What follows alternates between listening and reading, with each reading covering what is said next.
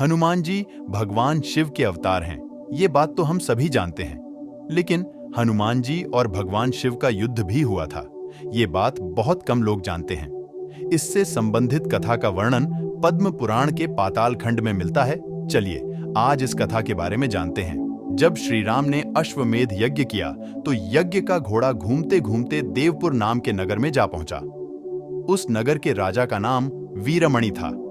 वीरमणि भगवान शिव का परम भक्त था, इसलिए देवपुर की रक्षा स्वयं भगवान शिव करते थे। वीरमणि के पुत्र रुकमांगद ने जब यज्ञ का घोड़ा देखा तो उसने उसे बंदी बना लिया। यह बात जब घोड़े की रक्षा कर रहे शत्रुघ्न को पता चली तो उन्होंने देवपुर पर आक्रमण करने का निश्चय किया। शत्रुघ्न और राजा वीरमणि की सेना में भयंकर युद्ध छिड़ गया। हनुमान जी भी वीरमणि की सेना का संहार करने लगे। शत्रुघ्न ने जब राजा वीरमणि को घायल कर दिया तो उनकी सेना अपनी जान बचाकर भागने लगी। जब भगवान शिव ने अपने भक्त का यह हाल देखा तो वे भी उनके पक्ष में युद्ध करने लगे।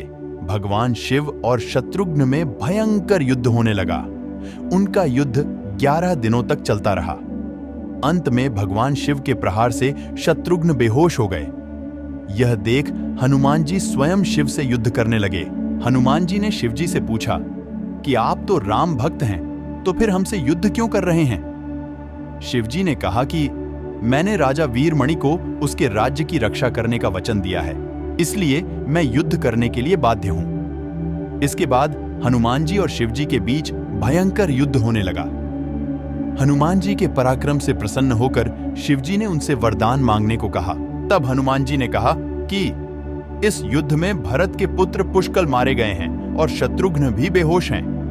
मैं द्रोणगिरी पर्वत पर संजीवनी औषधि लेने जा रहा हूं, तब तक आप इनके शरीर की रक्षा कीजिए।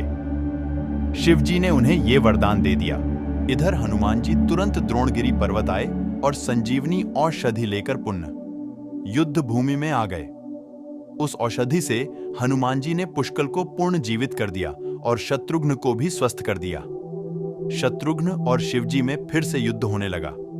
जब शत्रुघ्न किसी भी तरह से शिवजी से नहीं जीत पाए तो हनुमान जी ने उनसे श्री राम को याद करने के लिए कहा। शत्रुघ्न ने ऐसा ही किया।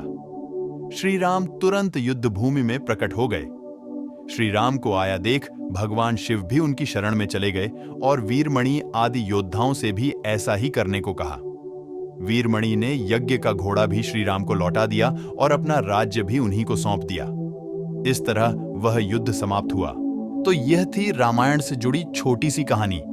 आपको यह कहानी कैसी लगी? कमेंट करके जरूर बताएगा।